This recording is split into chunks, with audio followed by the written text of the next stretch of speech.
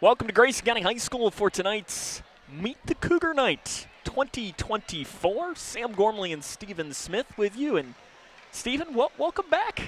Oh, wait, they're going to shut us up. We're going to turn it over to Adam Cox right now, who is our public address announcer for this evening.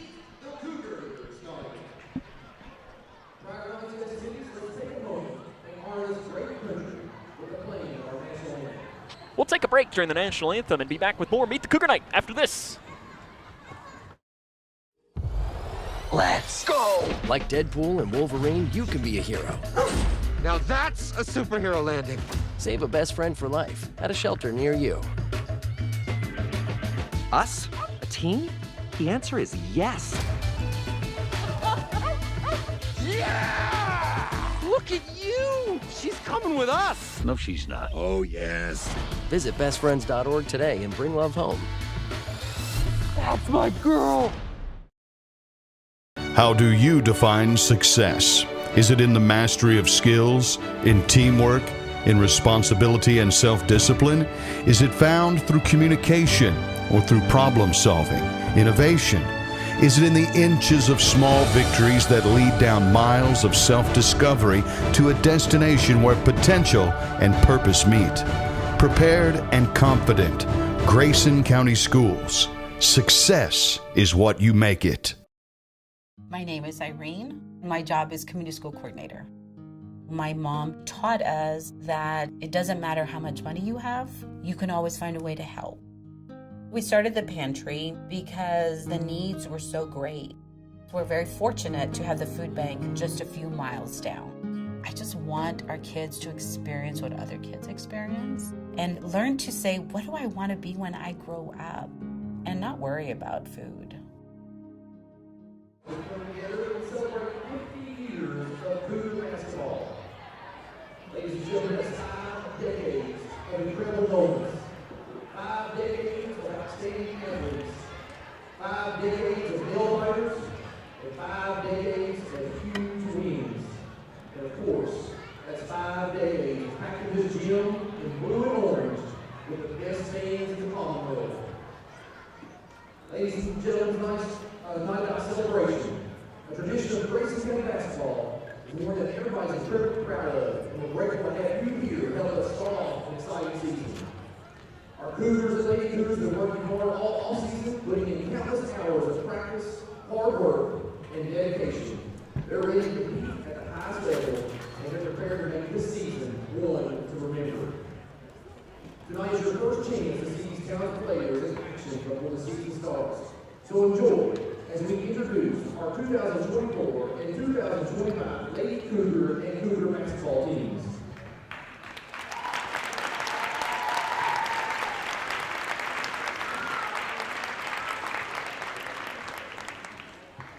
Following our introductions tonight, we will also have a 3-point contest and a scrimmage. Prior to introducing our teams, we do have some special guests in the crowd we'd like to recognize our future basketball stars. First, let's give a big round of applause for our middle school boys and girls middle school teams who are here tonight. These young athletes are already showing incredible skill and dedication on the court, and they're working hard and to continue this proud tradition of Grayson County basketball. We know that one day we'll see many of them being introduced right here as Cougars and Lady Cougars. Ladies and gentlemen, our 8th grade boys basketball team, please stand when we call your name. Number 45, Jacob Brown.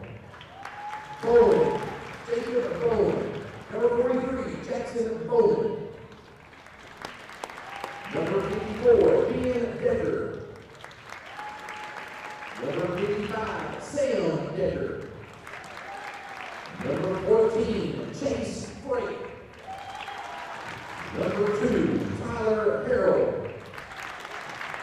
Number 25, Eli Madison. Number 21, Carson Miller. And number 23, Case Rogers. Now for our 7th grade boys basketball team, number 13, Cade Cornwell. Number 41, Cy Hughes. Number 22, Bennett Johnson. Number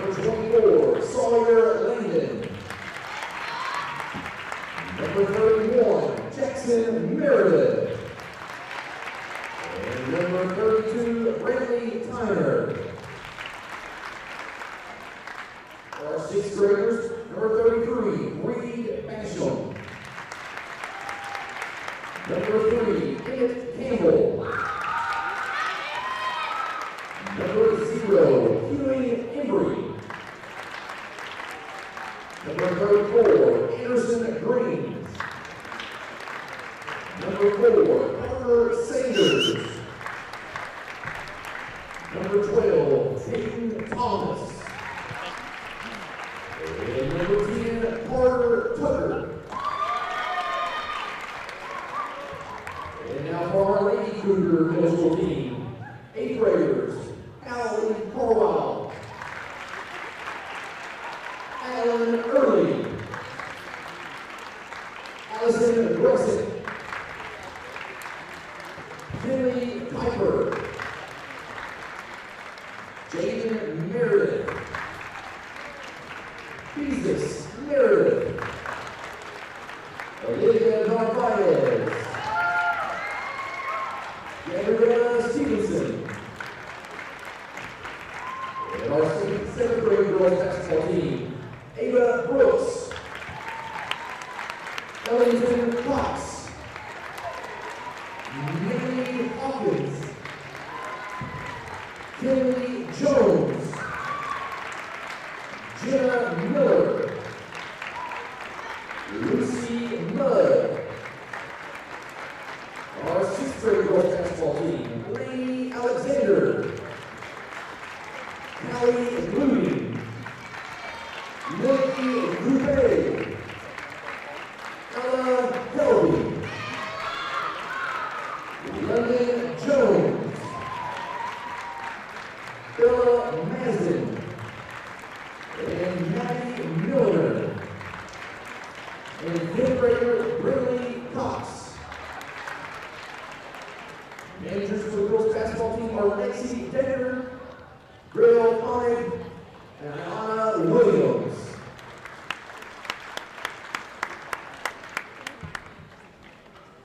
And let's not forget about the youth players who attended our annual Southern basketball camp.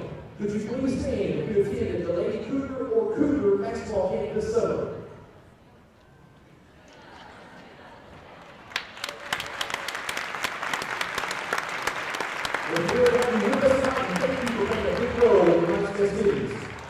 To all you middle schoolers, youth camp attendees, and all of our future Cougars, we hope to see you back at our home games this season. Your support means the world to our teams, and we want you to know that the Grayson County basketball family is here for every step of the way. Let's hear it one more time for the future of our boys and girls basketball program.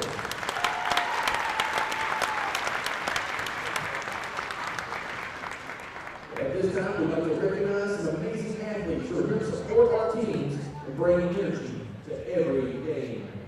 These talented cheerleaders infuse their unmistakable Cougar pride into every event. Let's give a warm welcome to the Grayson County High School cheerleading team.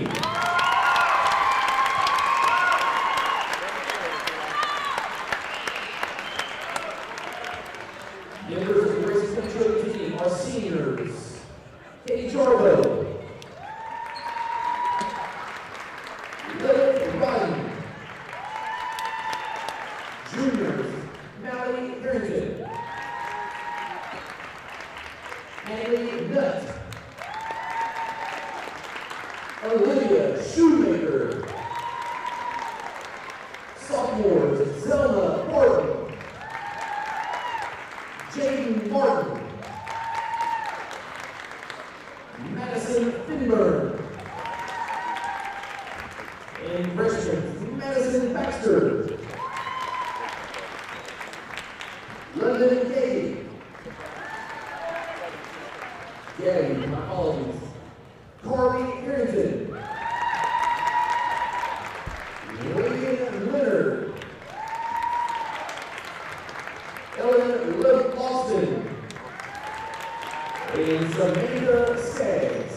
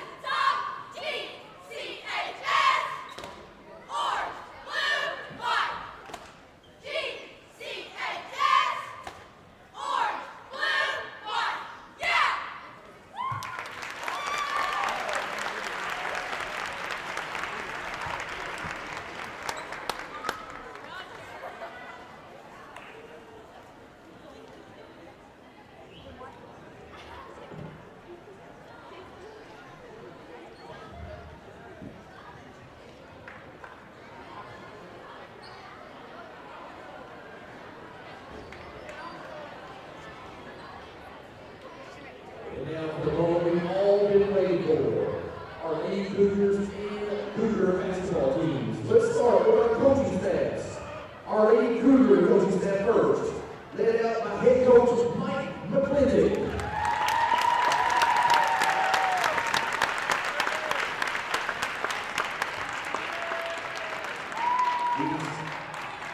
He's joined with assistant coaches Brian and Elena Jones and Billy O'Reilly.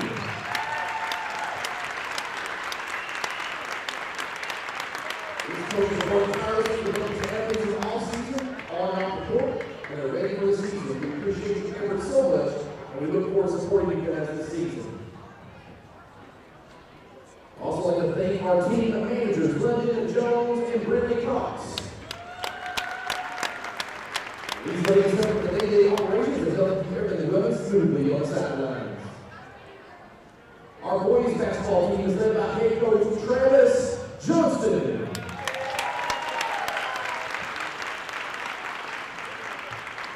Coach Johnston is assisted by Brett Johnston, Brian Hill, Daryl Meredith, Ethan Meredith, and Mason Galloway.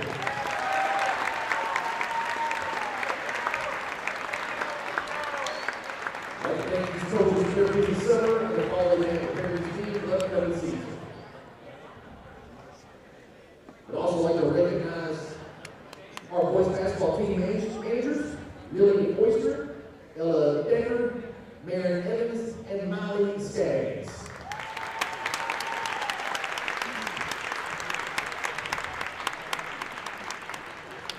These ladies also play a great role in supporting our team behind the scenes.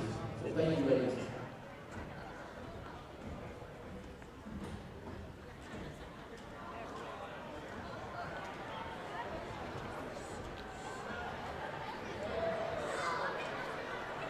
It's about that time, Stephen. Yeah. It's got dark in here real quick. They've been practicing this for a while now and hoping that this will work. So we'll shut up and let it go. We might have to talk over some of this music here for just a little bit because we don't want us to get shut down before we even get started. But I don't know if we have necessarily a camera that can show you can even see it on the, they got the lights flashing on the ceiling here. I don't know if there's a camera that shows it or not.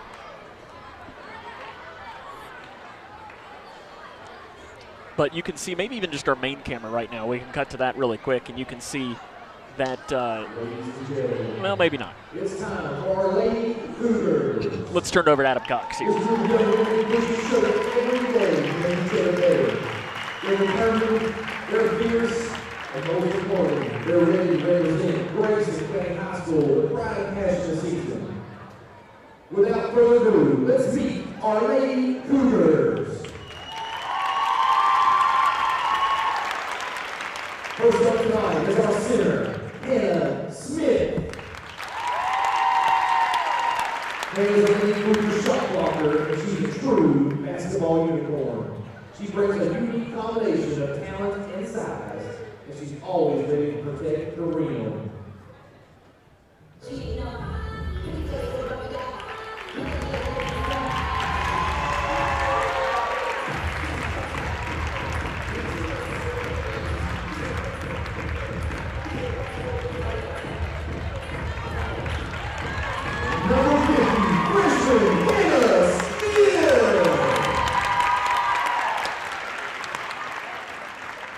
Next to guard, Peyton Bowman.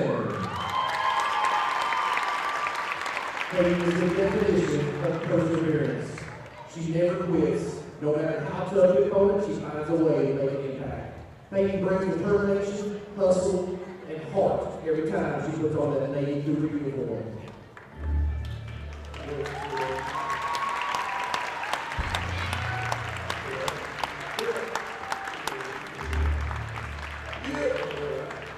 Number 14, freshman, Peyton Bowman.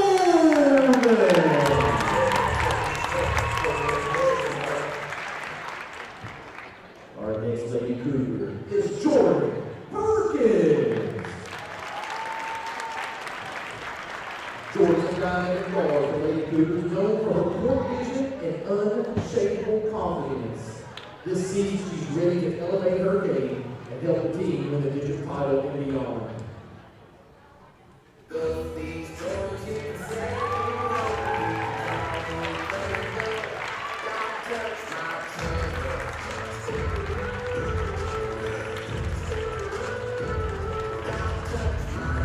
Number 10, freshman,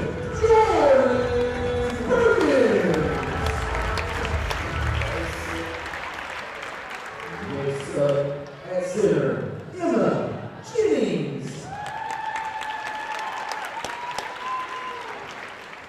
Emma's sense of humor keeps this team's spirits high, but when it's game time, she's laser focused. She's a determined player who knows how to stay calm under pressure and deliver when it matters.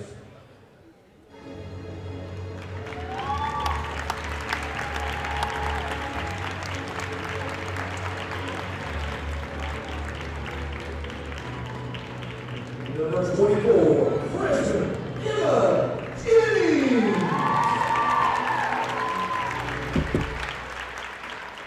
Our next Lady Cougar is Ellie Richard. Ellie uses her physical strength to her advantage, dominating the boards and outworking anyone who tries to stop her. She will be a key presence down low with Lady Cougars this season.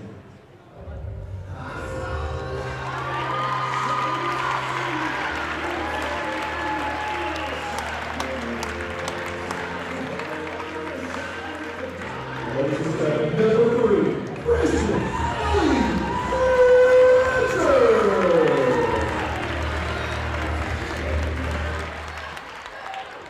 You need one of those hats.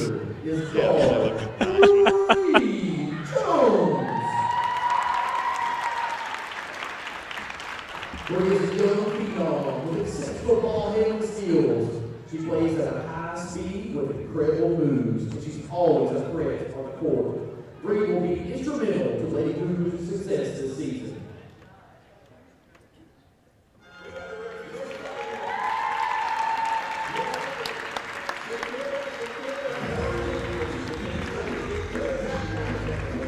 Make some noise. Number 5, freshman,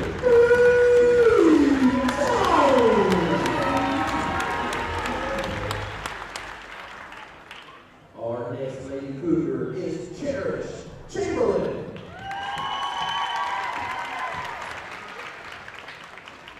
Cherish is a newcomer to the team, and she's already making waves. She's been working hard and embracing the Lady Cougar team culture. We can't wait to see what she brings to the court this season.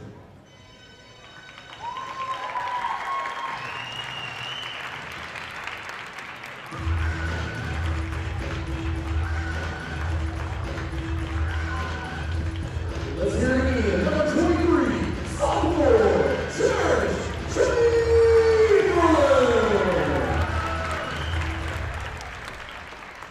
Our next Lady Cougar is guard, Addison Spainhauer.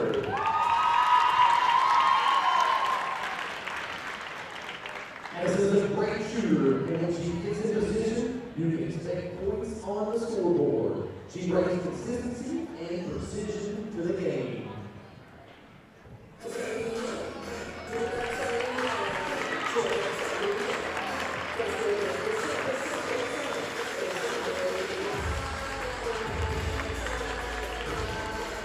Ladies and gentlemen, number 25, sophomore, Addison Spainhauer.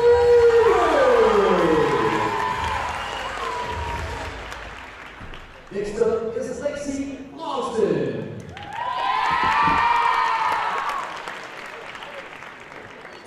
Lexi is scrappy, and she's driven to always improve her game. Whether it's defense or offense, Lexi gives everything she's got every single play.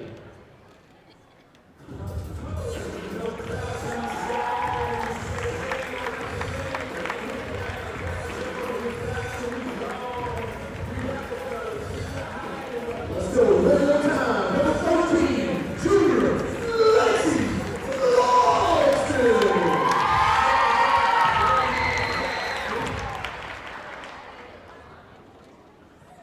Our next Lady Cougar is forward, Lucy Terrence.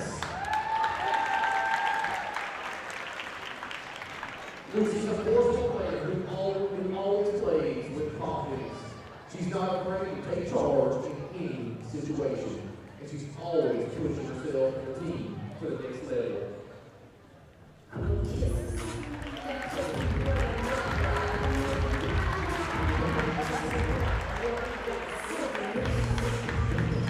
Let's go one more time. Number 30, Junior Lucy Ford.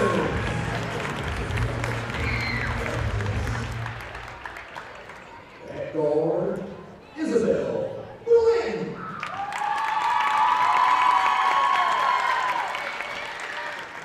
Isabel is known for her incredible shooting ability, her sharp passing, and her aggressive play. Her years of experience bring steady leadership to Lady Cougars. She's a force to be reckoned with, and when she's on the court, she's always looking to make an impact.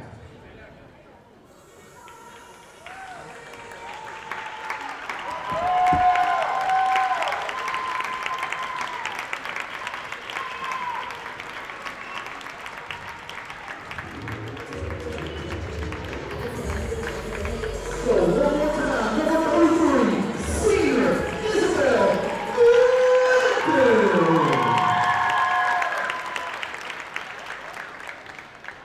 Our next Lady Cougar is Carla Childers. Carla is a determined player who's always giving 100%. Her work ethic is unmatched, and you can count on her to fight for every point and leave it all on the court.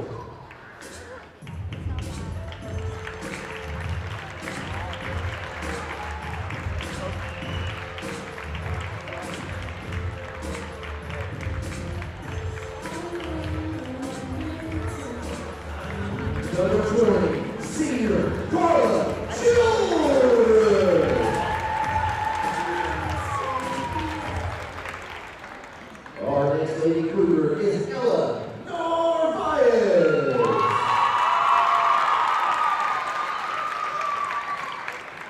Ella is a dependable player with a high basketball IQ. She's a natural athlete whose play is guided by years of experience. She dominates the boards and never shies away from the tough plays. She's a true beast.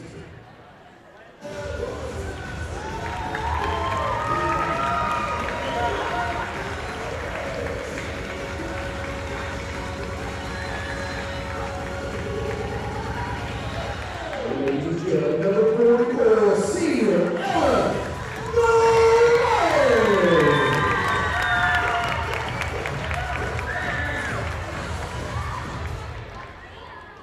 Our final Lady Cougar tonight is senior guard Sutton Lemieux.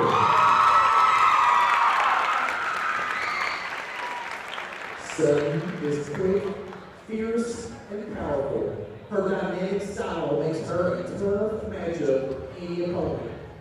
She's the player who's always ready to make a fast break, and her energy is absolutely contagious.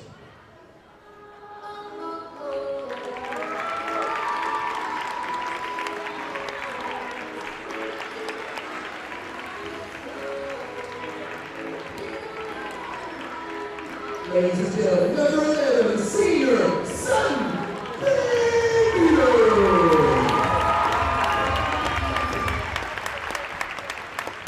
Once again, ladies and gentlemen, your 2024-2025 Grayson County High School Lady Cougars.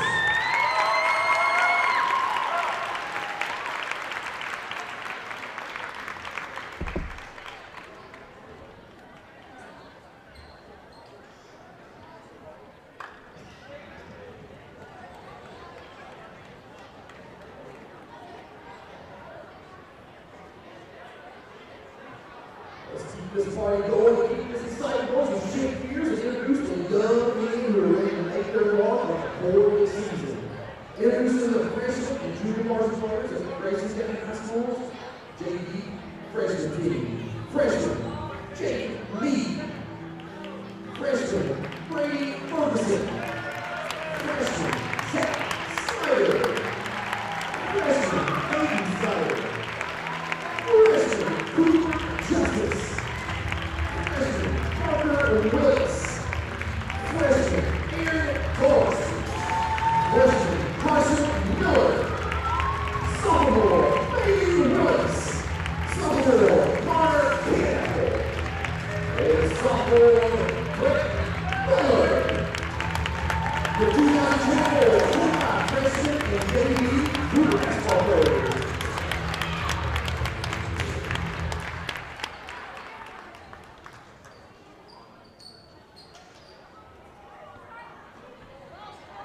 And now for our 2024-2025 Grayson County Cougar basketball team. We'll start off the night with Camden Sanders.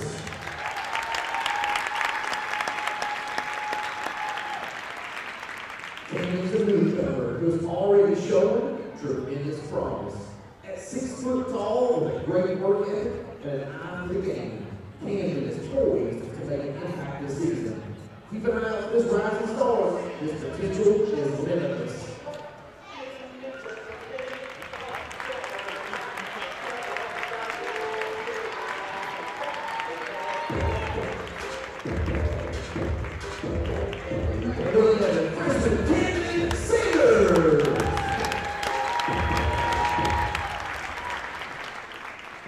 Next up is 5'10" guard Jackson Davis.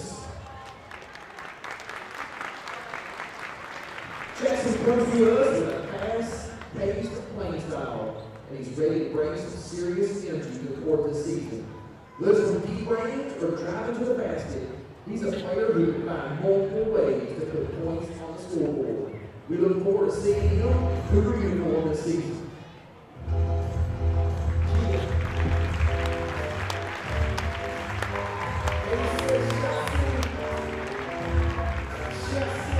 Let's go, number 15, freshman Jackson Davis.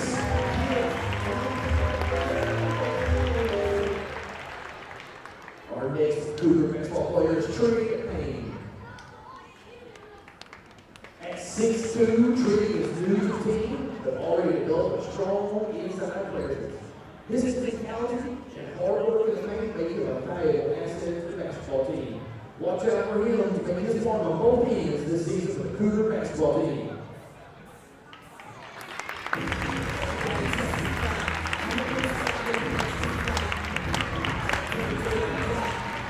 Ladies and gentlemen, number 32, freshman Cheerleading.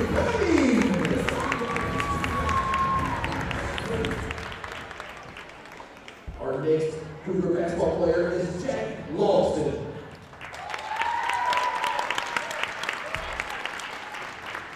At a tall 6'6", Jack leads his team in scoring and rebounding and is one of the top players in the region.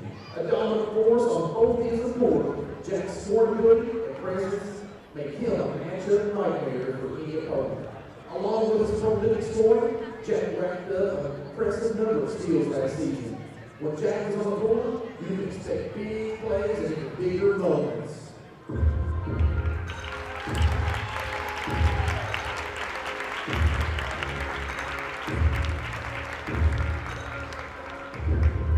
Number 24, sophomore Jack Lawson. Our next Cougar player is Kyle Hayden.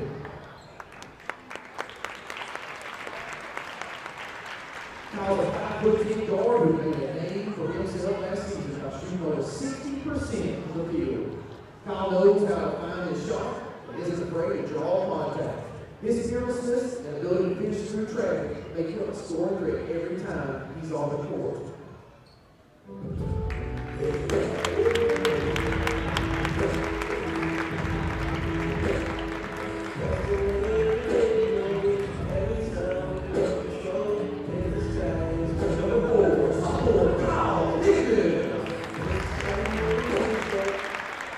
Our next Cougar basketball player is Spencer Langdon.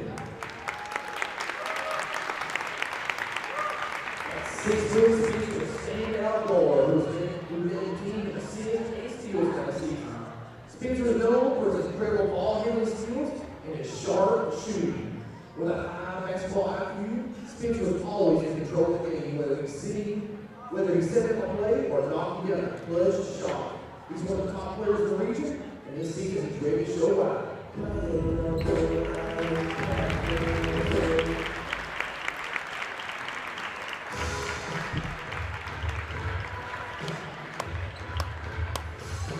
One more time, ladies and gentlemen, number 2, sophomore Spencer.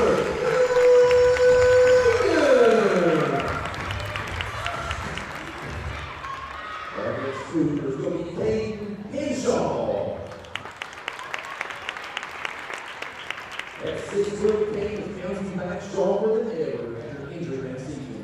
Coming off a 1,000 plus yard season as a running back, Kate is ready to bring his tough mentality and physical strength from the football field to the basketball court.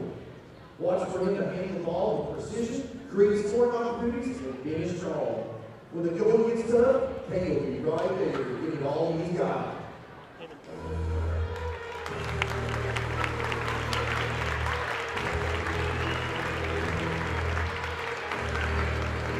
Let's go one more time. Number 3, sophomore, Peyton Henshaw.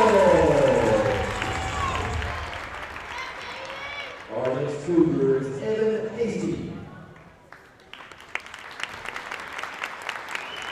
Evan is a 6'3" forward who promises to be a dynamic addition to the roster. Evan was a standout player for the football team this year, and he's ready to bring the grit and iron toughness to the basketball floor. Look for him to be a lockdown defender as well as a scoring threat to paint. Evan is ready to do whatever it takes to help the Cougars win this season. You let it out.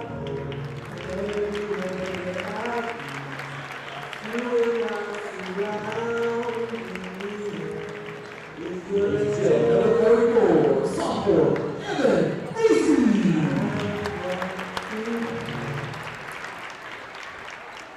Our next Cougar is Chase Bernard.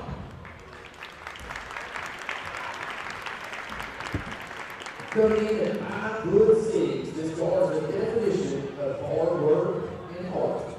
Chase plays with a fearless attitude, never backing down from any challenge. Chase earned the award for Best JV Defensive Player last year. His hustle, determination, and never quit mentality make him a fan favorite and a key contributor to the team.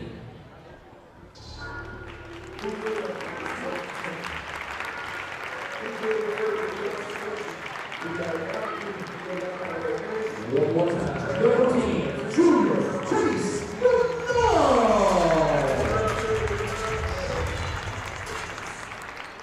Our next Cougar is Grayson Lambert.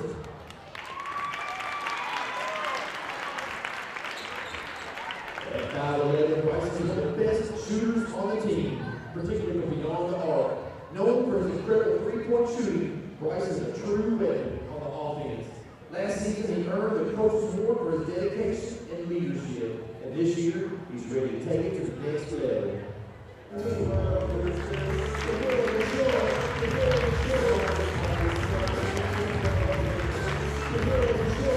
One more time, number 22, Junior Grayson.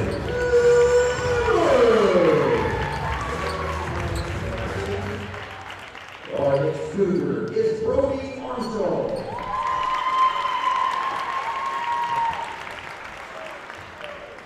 6'3" forward who plays with the heart of a warrior. Brody is known for his toughness and ability to make quick, smart decisions. Last season, he had the highest field goal percentage and most charges on the team. When the game gets tough, Brody thrives, always putting his mind on the line and doing whatever it takes to help his team succeed. You got your Brody Armstrong jersey ready? I know he's your favorite player. Well, next to number 50 on the girls. Right, yeah, exactly. You're a little biased towards her.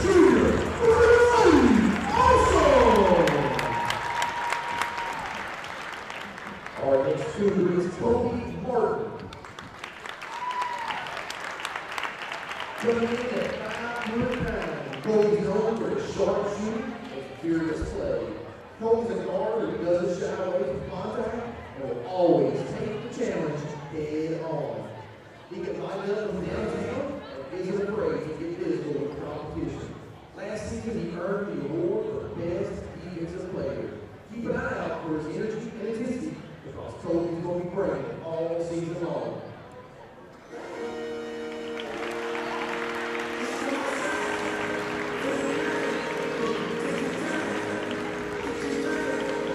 Let's go one more time. Number 20, senior Kobe Martin.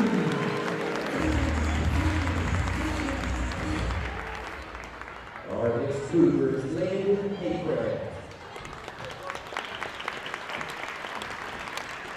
This 5'9" guard is as tough as they come. With a wealth of experience on the court, Landon is a defensive powerhouse every team needs. Last season, Landon was second as best teammate.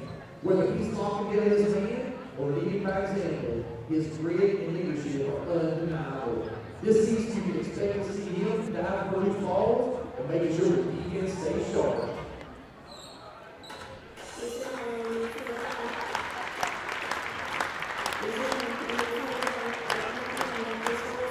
Number 5, senior Lady Cougar.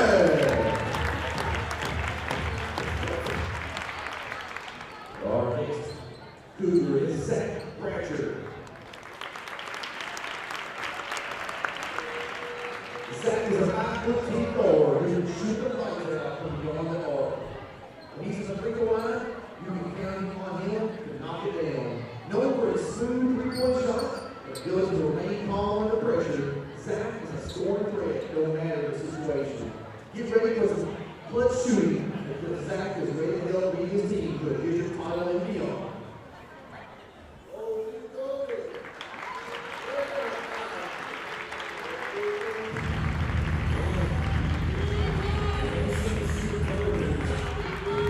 Number 12, senior Zach Bratcher.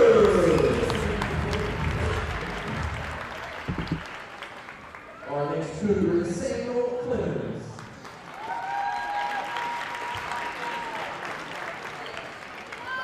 Samuel 5'9" guard who's facing adversity head on.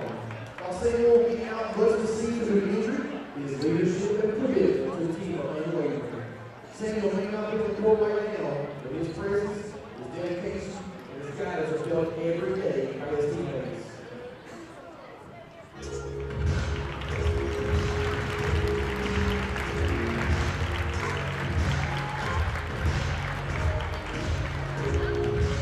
One more time. Number 1, senior Samuel Clemens.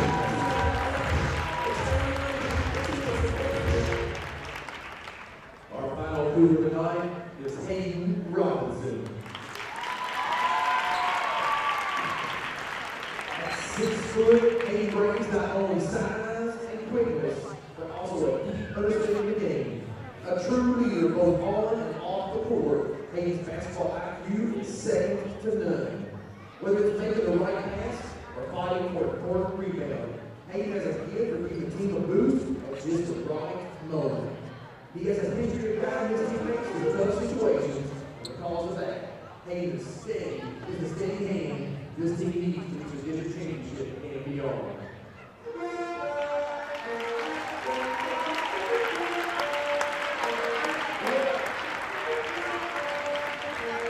Let's go.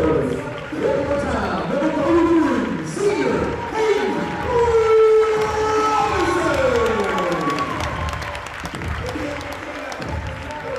Ladies and gentlemen, 2024-2025 Grayson County High School Cougar basketball team.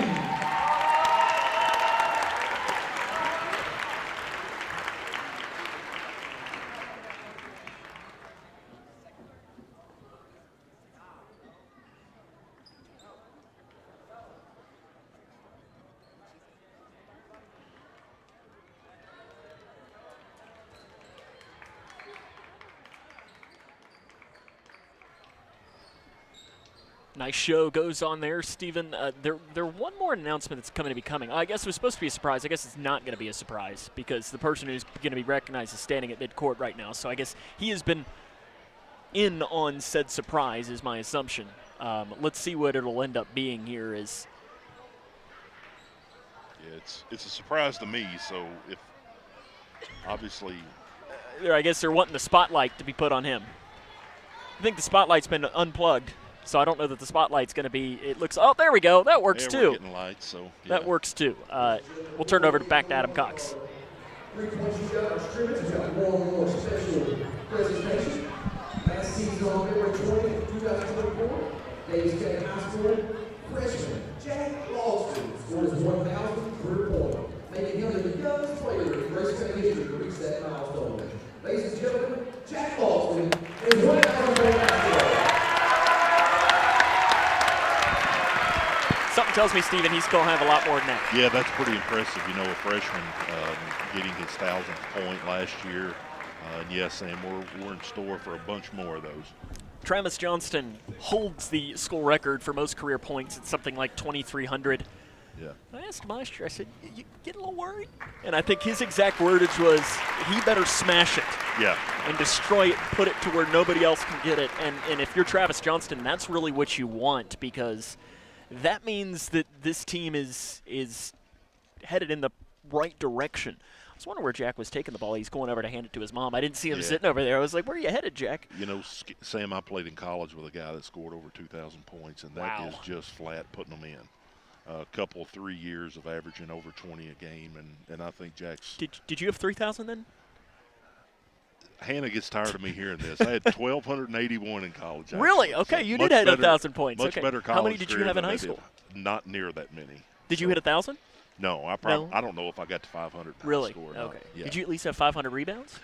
There's a funny story about my rebounds. I doubt I did in high school either, but after my senior year, I think I've told you this, after my senior year of college, our stats came out, and I had about 640, 50 rebounds, something like that. And my mom looked at my stats, and she said, you should have had more rebounds than that. And I said, yes, ma'am, you're exactly right. I should have had more rebounds than that, but I didn't. So this season for both of these teams, I think that there are some nice expectations. I think, and that's what you want to see. You want to see these teams have expectations. And, I mean, last year the Cougar boys, we were right here.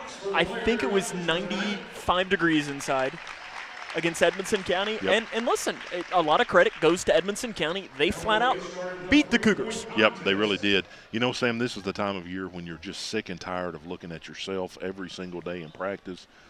Coaches have probably a mindset of knowing which direction they think the team is going to go, but you really never know until you lace them up and throw the ball up and start playing. My college coach used to say, that guy comes in and turns the clock on, things change quite a bit. So, we're excited here in the next couple weeks to see when that guy comes in and flips that clock on, it's a different thing. And this Grayson County boys team, it's one of those feelings that they've probably had in their mind for the last however many months it's been since they lost to Edmonson County here, that a lot of them probably wanted to play that game again right after. Because, Grayson County was better than Edmonson County. Yep. I think even Edmonson County would probably admit that you play that game 10 times. Grayson probably wins 7. But that night it was Edmonson County, and I think the key for this team is that you need to make sure that when being put back into that situation, whether it's Edmonson, whether it's Whitesville Trinity, whether it's Butler County in that first round, that you don't let the same thing happen again. I don't know what kind of style Coach Johnson has when he gets in the locker room, but I would imagine that has been used as motivation several times over the summer, and as this young season gets ready to kick off, as this season gets ready to kick off, going back to think about that Edmonson County game could be quite a motivator, especially as you get into the second half of the season and start looking to that district tournament. And like you said, okay, you did it once, you messed up, let's not let it happen again. Grayson County has not made the regional tournament in boys. It's been back-to-back years. That just doesn't happen around these stretch. The girls got back to the region tournament last year, and they ran into a buzzsaw. In the region quarterfinals, they had the draw that, they drew the home team. Sorry, no, not the home team, Stephen. What? Look at what is it? It took me 45 minutes to get myself in trouble already. They're not the home team. I'm sorry. Yeah. Wait.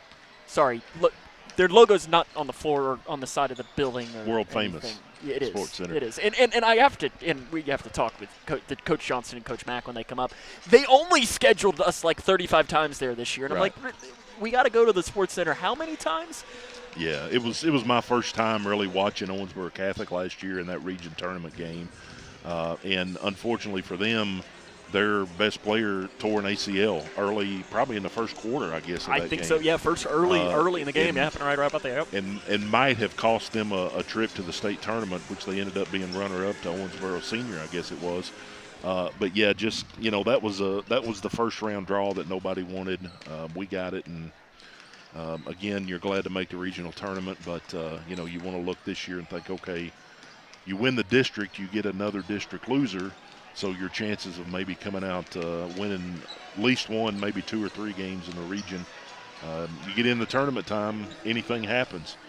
They're getting ready to start the 3-point contest. Stephen, I have the matchups here. Do you want to make picks? Do I want to put you on the spot and make you pick all these here? Absolutely. I'll always do Okay, a pick here for are you. here are your matchups. Addison Spain-Howard versus Zach Bratcher. Give me Addison. Addison Spain-Howard. Bree Jones versus Samuel Clemens. So you don't know Samuel. I don't know anything about Samuel Clemens. I love Bree, but I'm going to pick Samuel. Sutton versus Landon. Sutton versus Landon. I'll take Sutton. We're going to come back to Carla versus Kobe. I think I'll take Kobe Martin in that one. I was thinking as they were doing the introductions, we were kind of talking back and forth about some guys that could be the X factor. I think you have several different guys on the boys' side that could be that X factor, and Kobe Martin could be one of those guys, and Zach Bratcher I think could be one of those guys. And the last matchup, Isabel versus Hayden, the rematch from last year where Hayden got the best, and I'm sure Isabel is. You got to take Isabel this time. I'll take Isabel in that one. She ain't going to lose 2 years in a row. There's no question about that. So you have Addison Spain-Howard will be on the left side of your screen. Zach Bratcher will be on the right side of your screen. And our director, Simon, should be keeping score as well with the scoreboard. So hopefully he'll be able to do that. So you've got it now. Zach hits his first one. See, this is always tough for us to do play-by-play this season because they're going at the same time, and I don't really know who's on what. Spain-Howard just did about 3 or 4 in a row, though. Yeah, I've always thought straight spot-up shooting, a really good shooter girl and a really good shooter boy, I'll take the girl just because it is spot-up shooting. You get into game and athleticism, probably lean toward the boy a little bit more, but in this setting, probably more times than not, I'm going to take a good shooter girl in this scenario. If my memory is right, Zach Bratcher was one of the finalists last year. It was him versus Sutton. I don't remember who won, though. If I was good, I would have written that down, but I did not. Hannah beat Brody Armstrong, and she brings that up every once in a while. Does she? As an 8th grader, yeah, she beat Brody, and we still talk about that every once in a while. That's a pretty impressive person to beat because Brody led the team in 3-point percentage a year ago for the boys. Going down to the wire here. And I'm not even entirely sure as to who it was. It is 11-10. Zach Bratcher won 11-10. So that's pretty impressive performance there for both of them. That could have been 2 1 seats. I'm interested to see Samuel Clemens, a transfer from Bethel up in southern Breckinridge County. I'm interested to see what we got from him. He's one of those unknown factors, and seeing what kind of stroke he has. We know what we've seen from Bree, who had a phenomenal 8th grade season.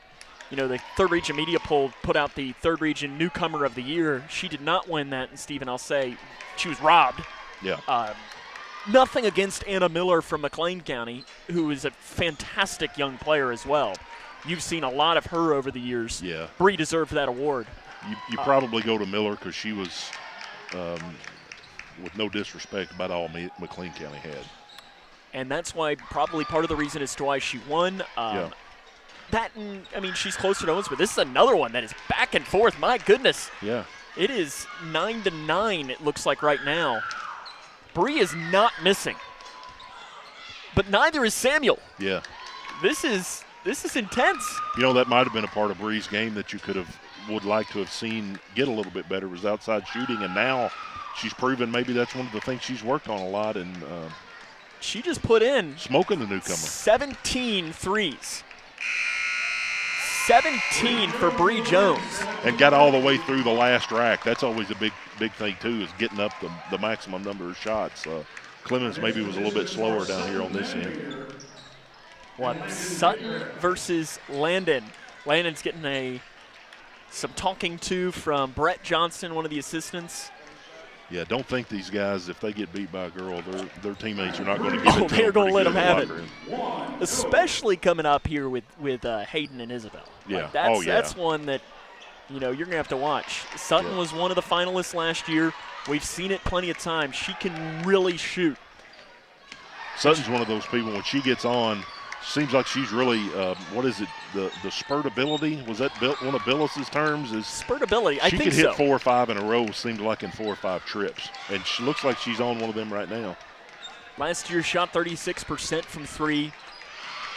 I always like the, it's now for Kentucky basketball, it's like when Kobe Brea is open, I don't know that there is a more confident shot. And when Sutton Van Meter is open and she's feeling it, I don't think there's a more confident shot.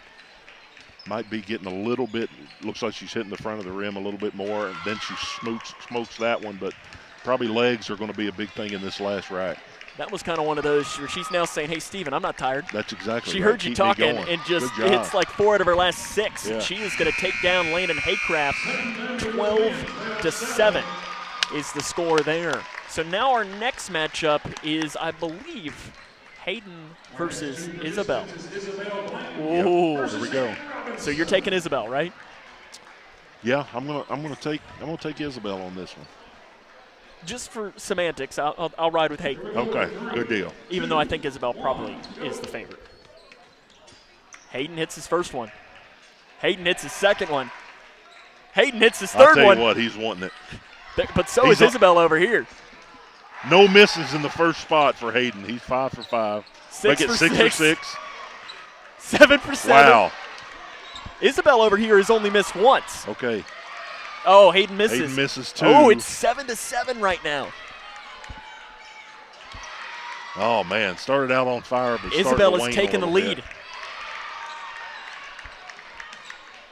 Now, for those that are unaware, Hayden and Isabel have been dating for a long time. Several years already. Several years. So this is, it means, what do they say in the SEC? It just means more? Yeah. Yeah, that's probably the case here for this. You know, Isabel has a slight advantage right now. But probably it is in a spot where they can, out of the corner of their eye, look up at the back to the corner. I think where Hayden likes it here, so we'll see. It is 14-14. It's a tie. I think we're going 14-14. So I think do we do a shootout? Yeah, I don't know. Listen, it's got to be a shootout. Isabel's going to the top of the key. Hayden's not making any eye contact with Isabel right now. Isabel's wanting more. I was going to say, knows that can't get in. Yeah, what's the shootout here? Yeah, Isabel she's wanting the ball at the top of the key. Yeah, she's saying, Hayden, I'm not done with you yet. I would think Hayden would go down to this first corner down here. 15 seconds from the top of the key. And that's Isabel's spot. Hayden's probably wanting the corner. Yeah. 3, 2, 1. Hayden he shot a little early there. He got the first one off, yeah. Oh, they're both not missing. Oh, my. Sam. They've not missed yet. Oh. Hayden missed one. His first one. Isabel misses one. I don't know if they counted the first one that Hayden got in. I think they did. It's tied still. Isabel hits it at the buzzer. So did Hayden did too. It's still tied. I think they're giving it to Isabel. Travis Johnston's giving it to Isabel. No. Yep, Isabel wins. Oh, yeah. Poor Hayden. Nothing to hang his hat off over there. He may have got a little home cooking from his head coach right there. He did shoot that first one a little bit early. Yes, so, he sure did, yeah. So Isabel wins. Kobe versus Carla now. 3, 2, 1. I like Carla's shoes there. But again, thinking about Kobe and his athleticism, he's one of those guys, you just look at him and he's built like an athlete. It's a shame he's not a little bit taller because he gets off the floor really well.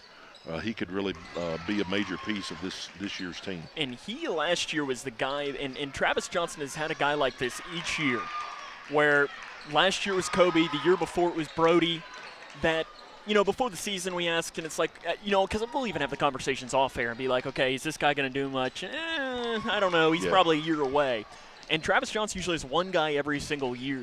And last year was Kobe, year before it was Brody. So now you're looking up this roster as to who it might be. And I'm not really sure that there is a guy because it's all pretty even experience. Yeah.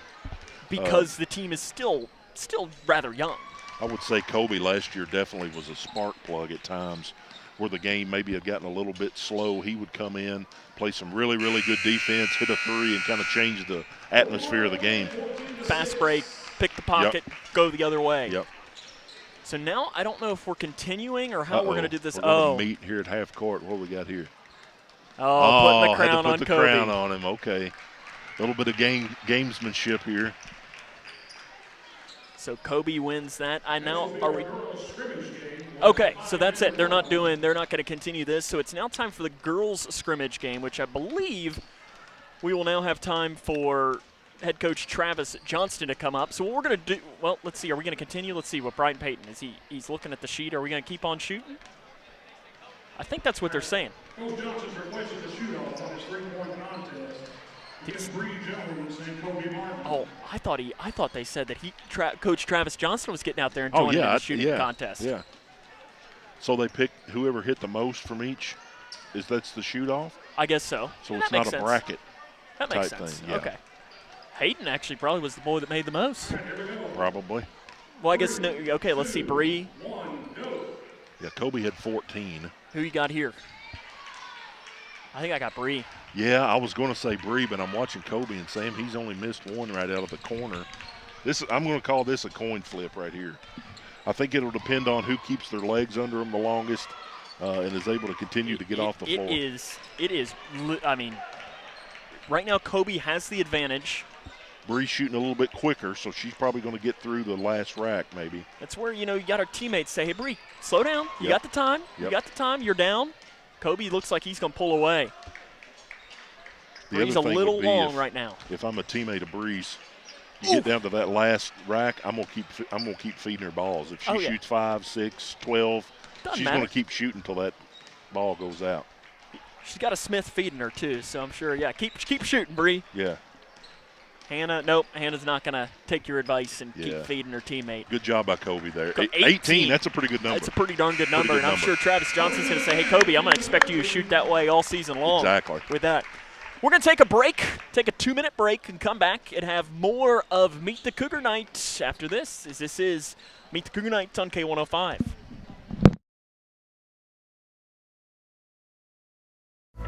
Owensboro Health offers excellent care for your entire family. Close to home in Grayson County with locations in Litchfield, Big Clifty, and Caneyville. Our primary care providers are experts in managing high blood pressure, diabetes, and other chronic conditions, so you can stay healthy and feel your best. Make an appointment today with one of our primary care providers at owensborohealth.org/primary care. When we have the food we need, we are at our best. We push further. We rise higher. We unlock our full potential. When we have the food we need, we make our communities stronger. Together, we can help everyone get the food they need to thrive. Join the movement to end hunger at feedingamerica.org/actnow. Hi, I'm Bob with Hometown Hangout Sports Pub and Grill. You might have noticed we don't have fancy decor or celebrity chefs. It's true, we've ignored the trend of upscale dining and extravagant renovations. That gets pretty expensive, And in the end, it's the customer who pays for those upgrades. Not at Hometown Hangout. Our guests come to us for one thing, to have a great time. Whether you're with the family, the whole team, or just friends, you'll love our fun atmosphere, exciting games, and great food. Hometown Hangout on West White Oak. See you after the game. Struggling to pay your house payment? Apply for the Team Kentucky Homeowner Assistance Fund today at protectmykyhome.org. It provides up to $60,000 for Kentuckians with a COVID-related financial hardship. The money can be used for mortgage bills, utility payments, insurance premiums, property taxes, and HOA fees. Applicants must meet certain criteria to receive assistance. Check your eligibility today at protectmykyhome.org. This ad was sponsored by Kentucky Housing Corporation and this station. Teachers are dynamic leaders, shaping a new generation. Innovating to prepare students for our fast-changing world. They're skilled experts, discovering a universe of solutions, telling stories, inspiring, mentoring, connecting cultures, leading by example. Teaching is a journey that shapes lives. Are you ready to begin? Explore teaching at teach.org. Smith Overhead Door isn't just about opening and closing. We're about safety, security, and style for your home or business. As a future designs company, we're lifting expectations across Grayson and surrounding counties with top brands like CHI and Chamberlain. Hey there, I'm Kevin Brooks with Smith Overhead Door. Whether it's a sturdy LiftMeister for your garage or a sleek Clopay door for your shop, we install and service with a commitment to reliability. Smith Overhead Door, we're opening up possibilities. Secure your entrance at SOHD.info. Crew. Welcome back here to Meet the Cougar Night 2024. Sam Gormley joined now by head coach Travis Johnston. Did you miss us? Yeah, I did. I'm glad to be back here. Yeah, I'm sure it probably misses us because seeing us means that it's basketball season, and that probably has to at least feel a little. I mean, just you're back into the routine of things, especially after. And we're not going to dwell on last year, but I mean, back-to-back years. Yeah. And I know I talked with Coach Jones on Friday night. I mean, horrible way to lose this, to end your season, heartbreaking, and we talked about that feeling. You can't explain the feeling of losing in a game that you thought you were going to win, you thought your season was going to continue, you had higher expectations. But we talked about how you grasp that feeling and use it as motivation. Have you seen your guys do that feeling and grasp it and use it as motivation coming into this year? Yeah, I think so. And I think one of the things that we've done was we've talked about it several times just because, a lot of people have us ranked fairly high in preseason polls, some as high as 3, I think 4 or 5. We're sitting somewhere in there. And the thing I just keep reminding them is like, hey, yeah, we have that talent, but we haven't done it yet. And that way they're not getting settled. Oh, we're third in the region, fourth, whatever it may be, and just to make sure that they stay on the task at hand. Which for us, we talked about it, and the boys decided. I mean, we have 2 goals: win district and win region, and I think that we have the capability to do both of those. But the bottom line is, last 2 years we haven't gotten to the region tournament, so that's step 1, and that's what we have to be focused on the most. But I think that. I think it's driven us this offseason, and it's certainly driven me. The last two preseasons, 2 years ago, my son was born on this night, and I wasn't here. We had Brett. Yep. And then last year, some personal issues came up right before the season and stuff, but I'm more locked in and motivated this year than I have been in a long time, and that makes me really excited, especially with the team that we have this year. Your summer, you had some really strong moments, including the Collins tournament where I was up there, where you all played really well against some good opponents. I mean, you beat Campbell County, who's I think they'd won the region, or they were in the finals. Ranked second or third maybe this year going into the preseason. And then GRC, you stomped them, and that's in the last 5 years. Yep. You're putting them as one of the top 4 or 5 programs in the state. And then you ran into, I know, a buzzsaw that final day. That Winton Woods team was they were really good. Yeah, it was one of those that it was day 4 and game 4. You probably just wanted to sit back and enjoy watching them play basketball. But still, what did you learn over the summer, and how did you all get better in your eyes? Well, the biggest thing in the summer is that we had Landon half the summer. We didn't have Kobe in the summer at all. He was nursing a knee injury.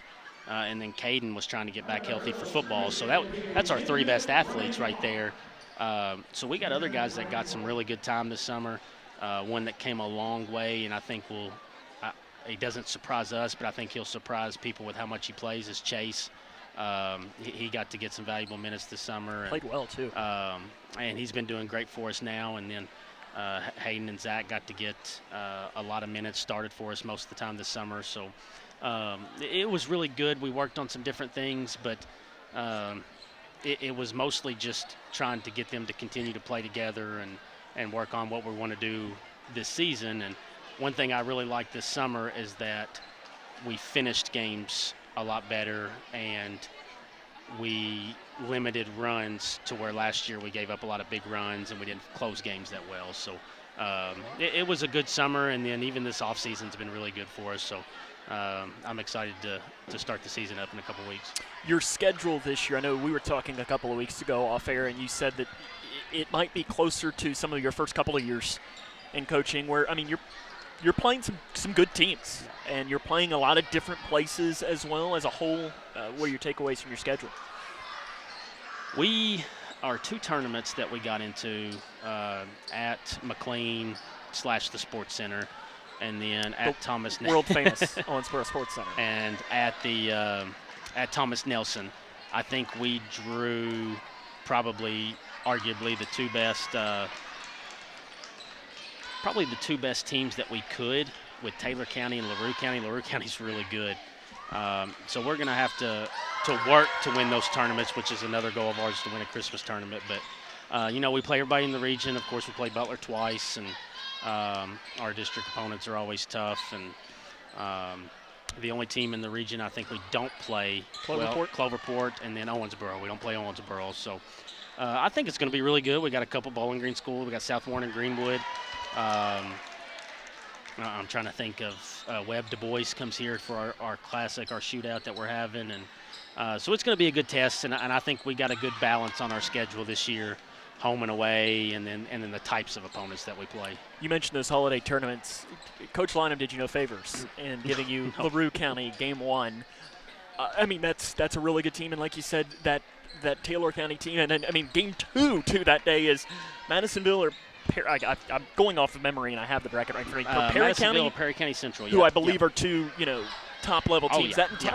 That entire field at Thomas Nelson is, I mean, it's not King of the Bluegrass good, but as far as a just solid high school basketball tournament, that's as good as it gets. Yeah, and like you said, Madisonville they have the kid that was at Muhlenberg a couple years ago, Cannon Johnson, and I got a couple other kids, some good young kids, and then Perry County, they went to state last year, and if I'm not mistaken, they only lost 1 or 2 kids off that team. So it'll be interesting to see. I think that's where those Christmas tournaments, the 3 in 3 days, and in the McLean County case, it's going to be 2 games in 1 day on that Saturday.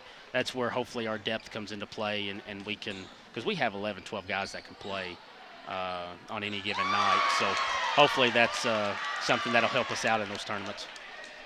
The district is interesting. I mean, we mentioned Edmondson. They've lost a lot from last year.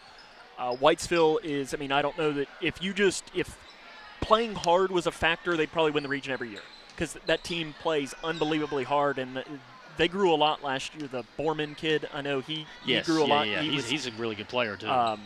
And grow, I'm not meaning physically. I'm more just meaning as a team, they got a lot better. And then Butler is the defending region champs now. They lost a stud in Lawson Rice for the season, which I hate to hear. He's a really, really good player, good kid as well. But how do you see you stacking up in that district? It's probably you and Butler 1-2, depending on how you want to look at it, and then Edmondson is Edmondson. Well, and like we talk about every year, it doesn't matter who's who or who each other's got. When we play them, it's going to be a game, and the score may end up getting a little more lopsided at the end or something, but it's always a game when we play them. And with Lawson being out, that obviously changes things for Butler, even though they're still really, really good. But that was our biggest mismatch was going against Lawson, because we just had nobody that can match the size. And I don't know if we have anybody that can match the quickness and the skill that Ty has either, but and Pryor too, yeah. But it does make a difference, and so I think, I mean, our chances for the district obviously I think went up with that unfortunate situation. But like I said earlier, the bottom line is that first game, no matter if it ends up being Butler, if it ends up being Edmondson or Trinity, that's the biggest focus this year, is on that one game, and how you help yourself in that is obviously by winning the winning the games in the district for the standings and stuff. Well, that's all they do is complain. I've never had a team that shoots the ball as well as they do, but complains as much as they do, especially Zach. That doesn't sound like Zach at all. It's including complaining about never being interviewed, despite forgetting that he got a phenomenal interview last year right here. So I'll ask you one more so that they don't have to complain anymore. I know, the line is in like gambling and betting and so on, is you never bet against a trend. And I've discovered a trend for this, and it's 1993, Grayson County won the region, first region. Yeah. 8 years later, 01. 8 years later, 09. I don't know if you know anything about that year. 8 years later, the girls won, 2017. Yep. 8 years later is 2025. Yep. How does this team continue the trend? Obviously, our biggest key to beating anybody is rebounding with the lack of size that we have. But if people thought we were fast and played a fun style of basketball last year, they're going to be in to see something this year, because they got older, they got stronger, and we just have some really good players, and these seniors are hungry. They kind of know. You always turn it up a little bit when you know it's your last go around and stuff. And we've gotten better as far as leadership and focusing day in and day out.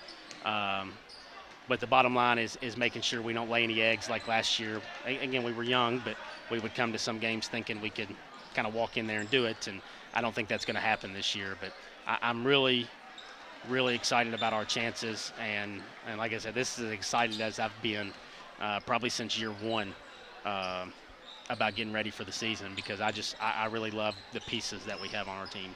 Except for these two. Yeah, well, yes. Yeah.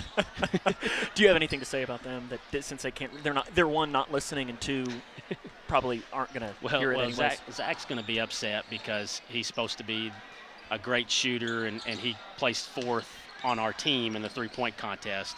But he's somebody that he can go in and he can make 7 threes in a game, and it'll be boom, boom, boom, boom, boom. Yeah, against GRC. Yep. And then Landon is somebody that he kind of knows his role, and he probably gained 10 to 15 pounds in the offseason of just muscle to where it's going to really help him defensively. And he's trying to do a little bit more than just shoot this year, which he didn't do. He didn't shoot very good at all last year, but he's putting the ball on the floor, making plays. He's our best screener. So these two are very nice complementary pieces to those guys that are usually putting up the big numbers. Okay, we'll let them come on. Appreciate it. We'll see you December 2, right? December 2 against Washington County. 3. I'm sorry, 3. I think. Whatever day that Tuesday 9, is. Whatever that Tuesday is. We'll see you then. What we'll do is we're going to mute him, and we'll bring on the other guys. We're going to keep you live, though, and just mute our microphones to bring them in live right now.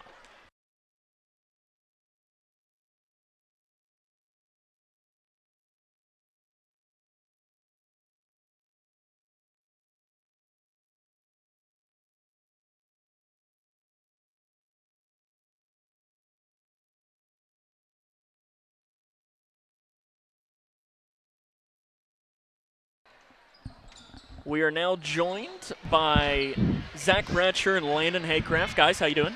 Pretty good. Good. So what's this about you forgetting that we did this interview last year? Was it just not good enough from your interviewer? Is that what you're trying to say, Zach? No, it was just so good I wanted to be on here again. Okay. Is that what you're – nice save there. Focus in the offseason. Landon. Yep. What's been your focus? For this year? Yes. Just getting better so we can win region. That's the goal. Has there been something for you, Zach, that you've really focused on? Just staying in the gym, getting shots up, staying consistent. Zach, I think I asked you this question last year, so I can throw it towards Landon.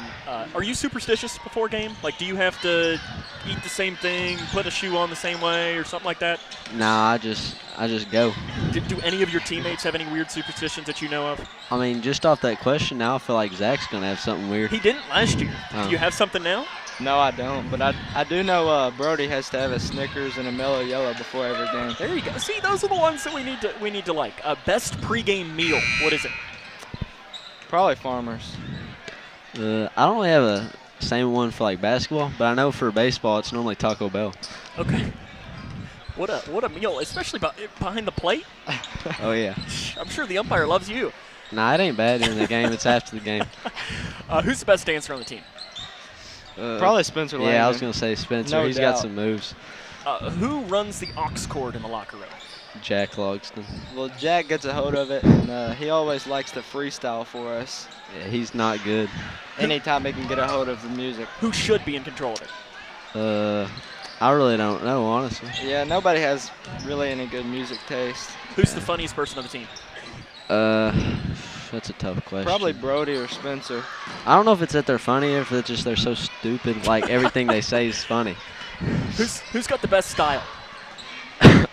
Probably Parker Willis. Yeah, him or Brady Ferguson. Who owns the most shoes? I feel like Jack would own a lot. Not you two? I got quite a few pairs of basketball shoes. Who's the most likely to miss practice because they were sleeping? Jack, because he's done it before. And, well, Brody did it this year. He didn't miss the full practice, but he was late. Who spends the most time on their phone? I feel like Kobe or Jack or maybe Spencer, too. There's a lot. Yeah, Kobe spends a lot of time on his phone, getting ready before games and stuff. You get one teammate to be stranded on a deserted island with. Who is it? Probably my boy Zach right here. Probably Landon. None of your other guys? Is there a teammate that you wouldn't want to? Not because you don't like them, but because they wouldn't help you at all on a deserted island? Based off, like, common sense, IQ, probably mark out Spencer Langdon, Brody Armstrong. Probably just, like, based on I wouldn't want to be on an island with them. It could be like a Trig Payne or someone. Or Jackson Davis. Yeah, I don't really like. Just because this is live, I probably shouldn't say it, but I don't really like him. Wow. Just throwing shade already. And then the last question I'll ask you guys, can either of you do a Coach J impersonation? I could, but I probably shouldn't. He's not listening right now. What's something he says when he gets mad? Or if you want to do like a Daryl Meredith or a Mason Galloway. Daryl's probably isn't like. Pinch his butt. Pinch his butt. Yeah, his isn't really. You can't say it on here. Back him down. It's more of like a. He sleeps half practice and then he'll just scream at you whenever we're doing defense. That's his main priority. Yeah, sometimes defense. he just disappears and we'll find him up in the bleachers taking him a nap and stuff. A little power nap. Guys, good luck this season. Get out there. Thank you. Have some fun, and we'll talk to you later. Thank you. That's Zach Bratcher and Landon Haycraft. We'll take a break and have the girls' conversation after this, as this is Meet the Cougar Night on K105. Smith Overhead Door isn't just about opening and closing. We're about safety, security, and style for your home or business. As a future designs company, we're lifting expectations across Grayson and surrounding counties with top brands like CHI and Chamberlain. Hey there, I'm Kevin Brooks with Smith Overhead Door. Whether it's a sturdy LiftMaster for your garage or a sleek Clopay door for your shop, we install and service with a commitment to reliability. Smith Overhead Door, we're opening up possibilities. Secure your entrance at SOHD.info.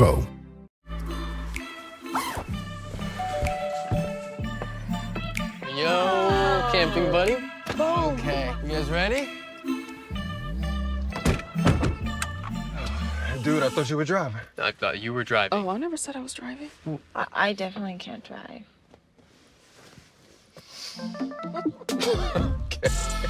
If you're high, just don't drive. It's illegal everywhere. If you feel different, you drive different.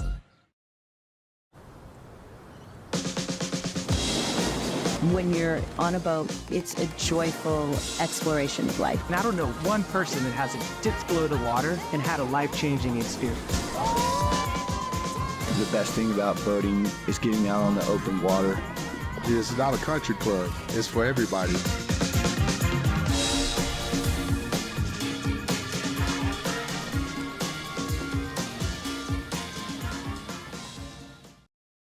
Midway Pharmacy is your trusted local partner in health and wellness, offering free delivery so you never have to worry about picking up your medications. The friendly staff knows you by name and is always ready to assist you. Living and raising our families in the same community, they understand your needs. With a wide range of services and personalized care, Midway Pharmacy is here to make your life easier and healthier. Visit or call any countywide location today of Midway Pharmacy.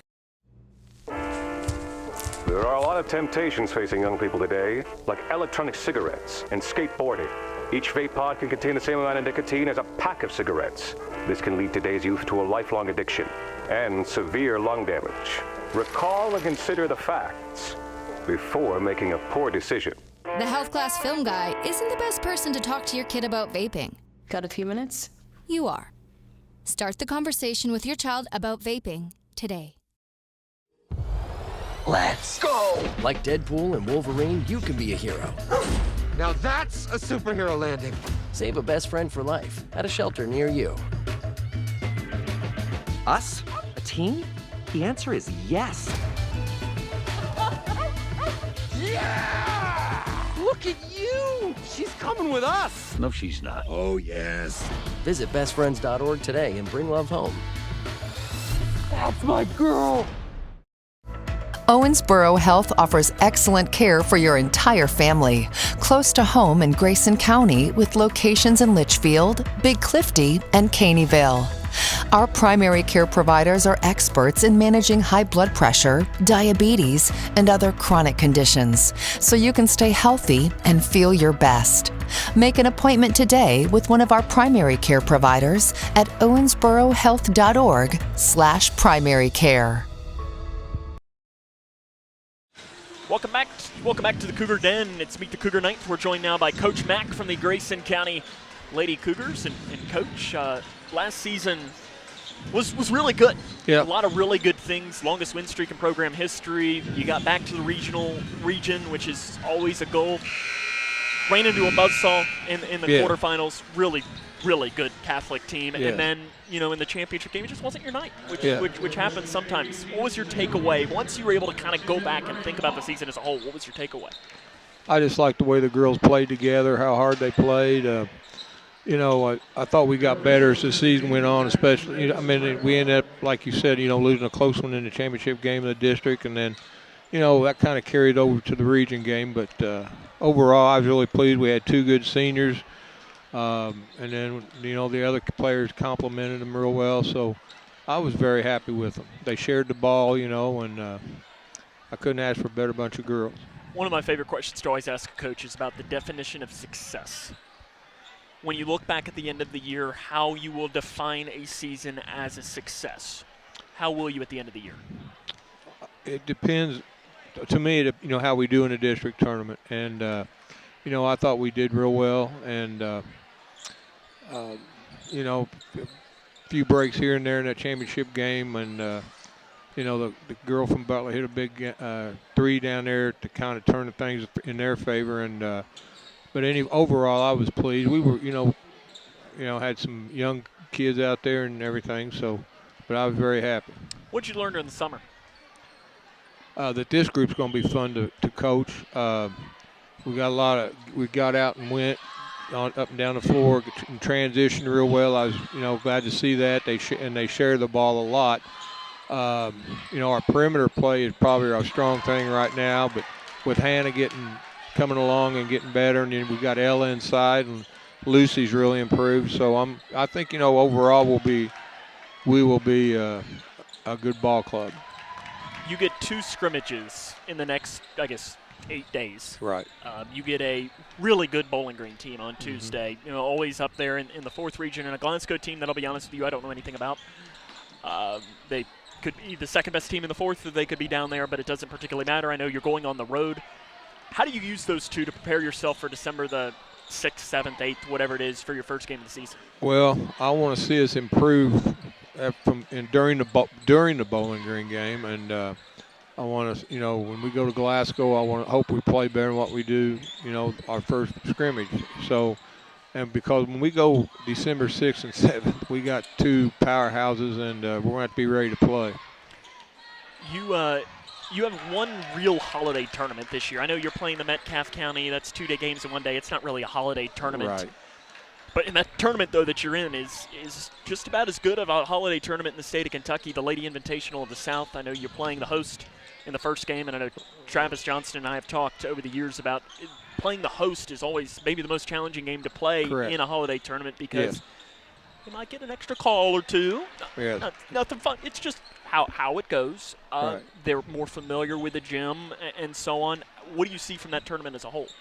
Well, I think it'll really show us where we're at as we go into January and start playing more district teams in January. I mean, we just play Edmondson, I think, before Christmas. That's the only district game we have. So, and actually, I feel like it's too early in the season. But anyway, that tournament, I think, will show us where we're at that time and what we really, really got to work on for the rest of the season.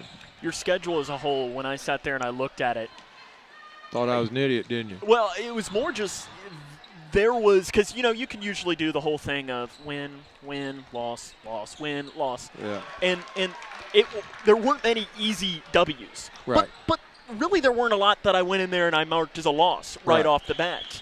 How do those 50-50 games or 60-40, however you want to describe it, benefit you come end of December, end of February? I think it makes you tougher as long as you don't let if we have a few losses, we've got to make sure that they just don't fall into that where they think, oh no, I try to be as positive as I can, and Brian and Coach A really helped me a lot as far as getting them prepared and everything like that. So I think we'll be prepared for every game just by watching film.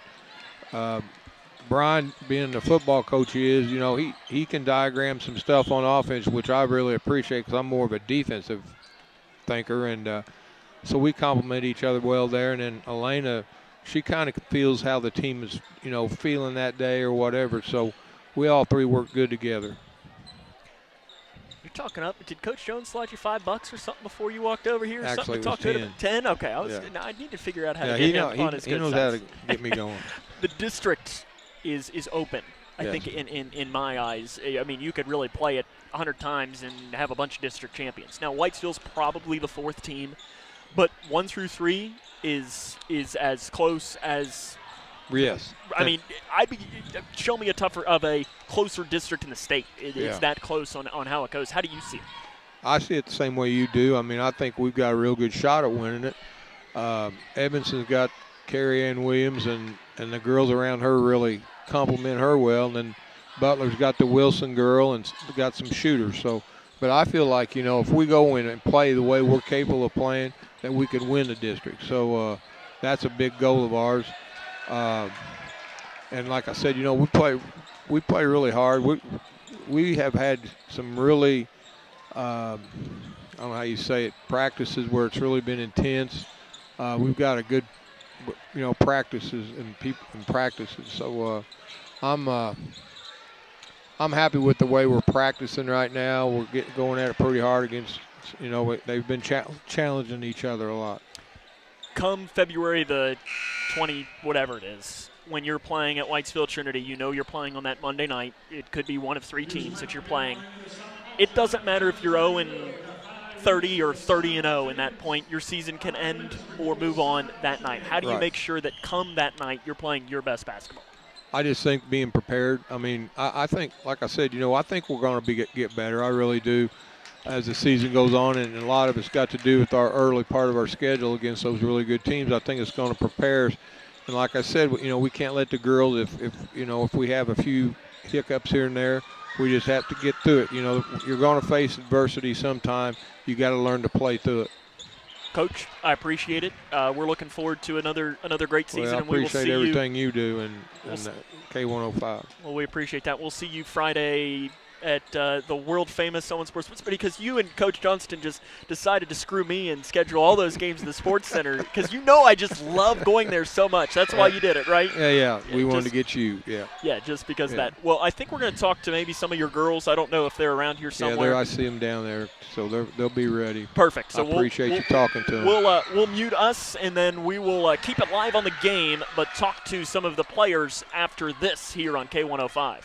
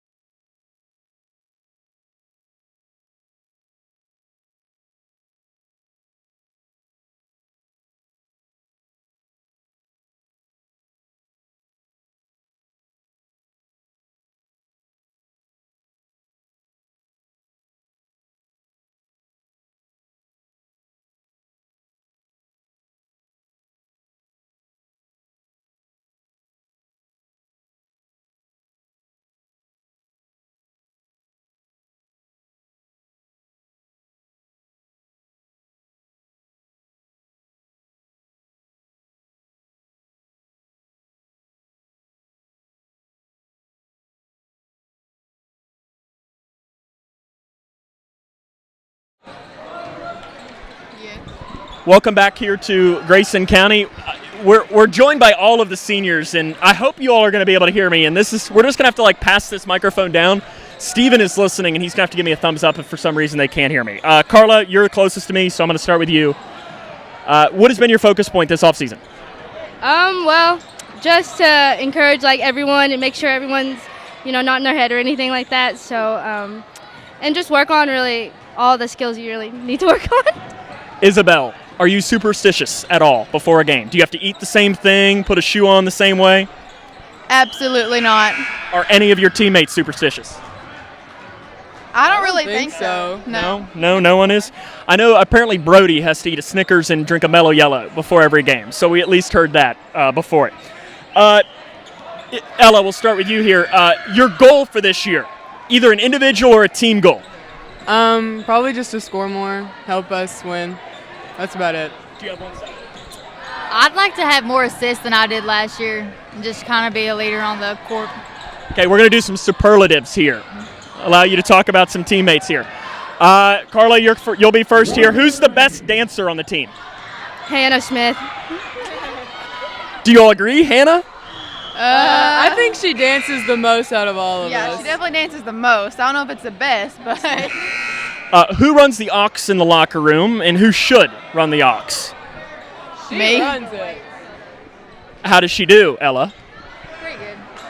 I guess she's good, but we have very different music tastes, so. Oh, what are the music taste differences here? Mine's better. Is that what it is? No, it's That's not. what it is. It's not better. Carla, whose is better? Probably Isabel's, yeah. Oh, wow. Who's the funniest person on the team? Ella. I guess me. Okay. Sutton will ask you, who's the loudest person on the team? Ella. Okay. Last year, Ella, you were a very common answer when we did this as well. Carla, what app do you use the most on your phone? TikTok. Are all of you TikTok most app? No, I'm always on Instagram. That's like the best way to reach me is Instagram. Sutton, are you a TikTok? Is that your most? Who could have a reality TV show about their life? Well, she could host like a TV show. I don't know. I feel like reality TV show. I think Hannah could, because she's got a lot of weird stuff going on sometimes. Her Ellie, I feel like Ellie. Oh, yeah, Ellie. Ellie would make a good reality. Ellie comes TV in show. with the wildest stories. Emma. Oh yeah, and Emma. So we could have a lot of shows going on if we really wanted to. who spends the most time on their phone, Carla? I don't know. I can't. Is there not a teammate that's glued to the phone? I'm sure we have some, but like, I don't really pay attention. When we're on the locker room, we're all on our phones, so. Who is the least likely to respond to a text message or answer a phone call? Her. Everyone is pointing at Ella right now. Is that true? Yeah, I never answer my phone. Why not? I just don't feel like it half the time. They have to DM you on Instagram, is that what you're saying? Yeah, because that's what I check. Who is the most likely to become famous on TikTok? Sutton. Oh, Hannah. I think Sut could, honestly. I think Sutton or I think Hannah could for doing something silly. Either Hannah or probably Lexi or something like that. Who on the team is most likely to become your boss one day? None of them. Like our boss. I don't think any of them would. Is there anyone that comes to mind? No. Would you be the boss? Of course. Probably Sut. Yeah. Who would you want to be stranded on a deserted island with? Now, this is an important question because it has to be somebody you get along with, but you also might want somebody that might know how to survive. One of these two. I feel like they're both the voice of calm in a bad situation. Do you all have an answer? Probably one of these two. One of these two are probably Bree. Yeah. Do you have an answer, Carla? I don't know. I don't know. So this season coming up, how do you all play your best come district tournament at the end of February? And Sutton, we'll go with you. I think that if we're all functioning on all levels, I think it's going to be hard for the teams in our district to play with us, but our district's really competitive, so it could be any for the teams. Do you all have anything to add to that? I feel like if we share the ball and if we move it and if everybody's scoring and not just 2 or 3 people, then we should be fine. Thank you all. I hope this was fun and enjoyable. We've never done 4 in one interview. My arm is not quite long enough. For everything. You all have done a good job. Good luck this season, and we'll talk to you soon. Thank you. That is the Lady Cougars seniors. We're going to mute it, and we'll talk a little bit about the boys coming up after this.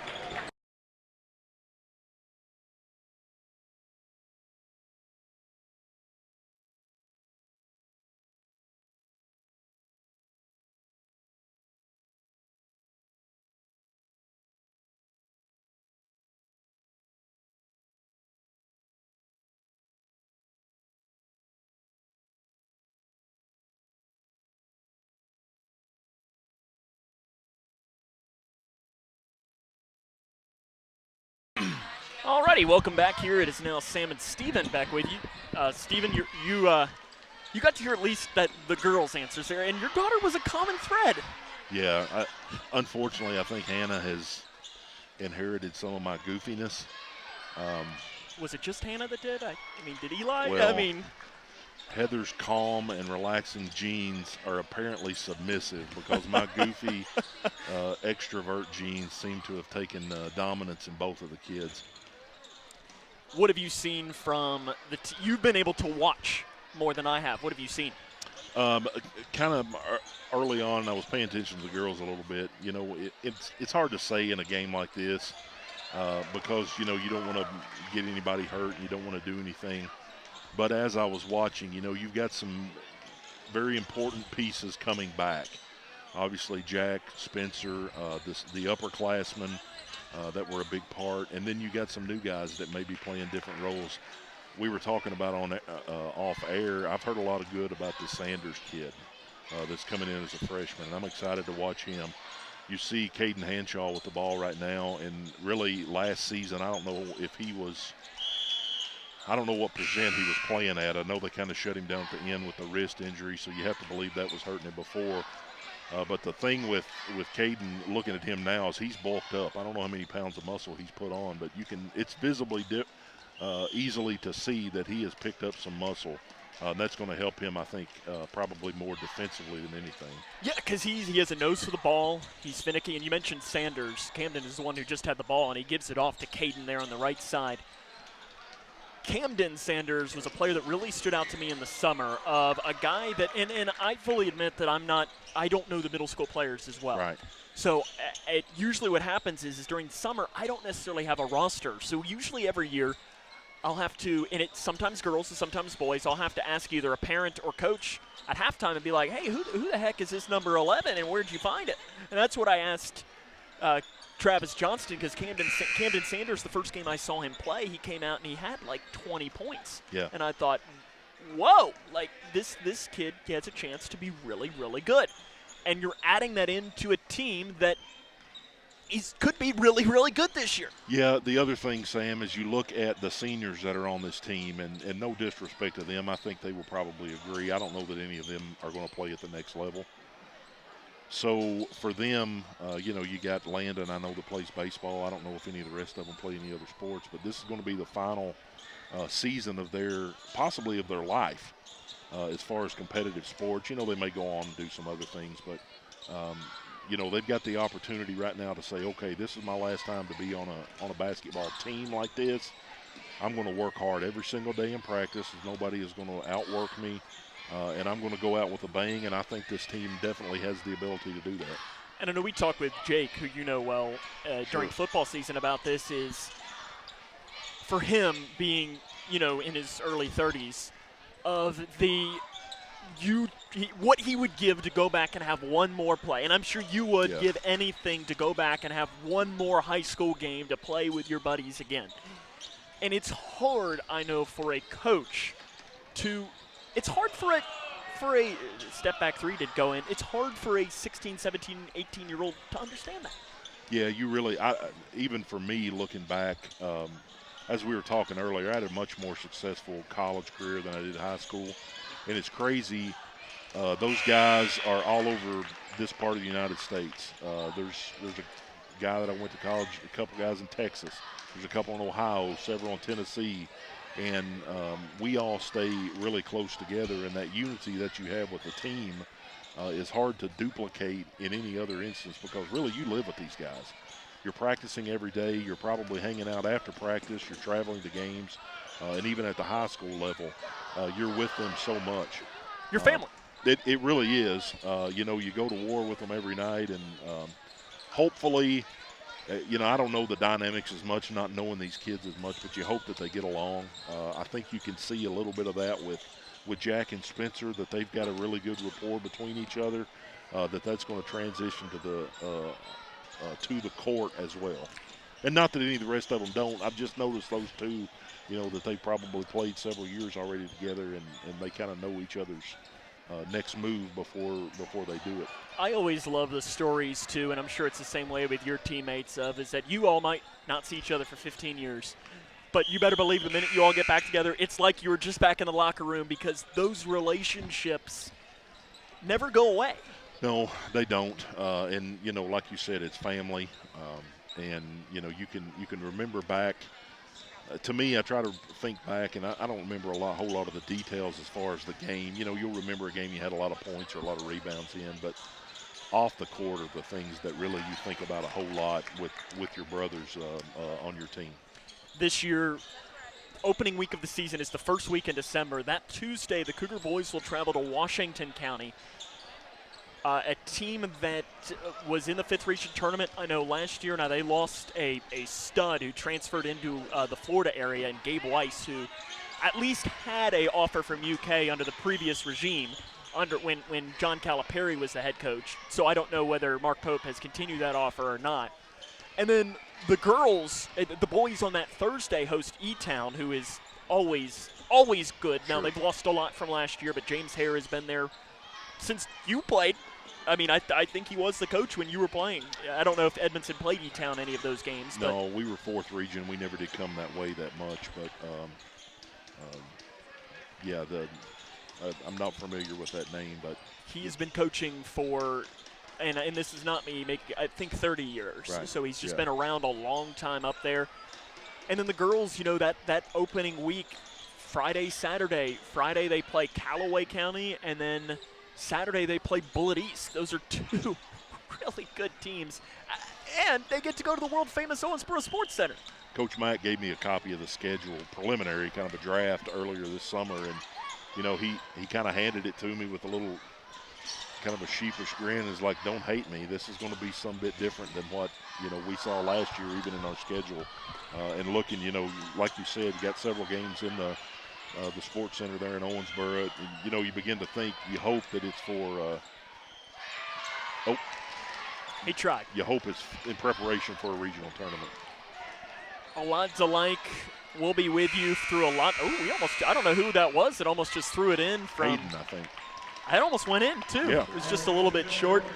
Remember to follow us on all of our social media channels. Subscribe to the K105 YouTube channel as well. Are we playing more here? I see Travis Johnston. I don't know if he's just pulling his team out. Yeah.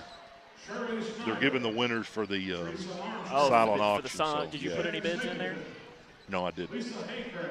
They're talking with the teams out there. If you're looking for something to do tomorrow, the Cougar boys are hosting games all day. They will play tomorrow at 7 o'clock at home.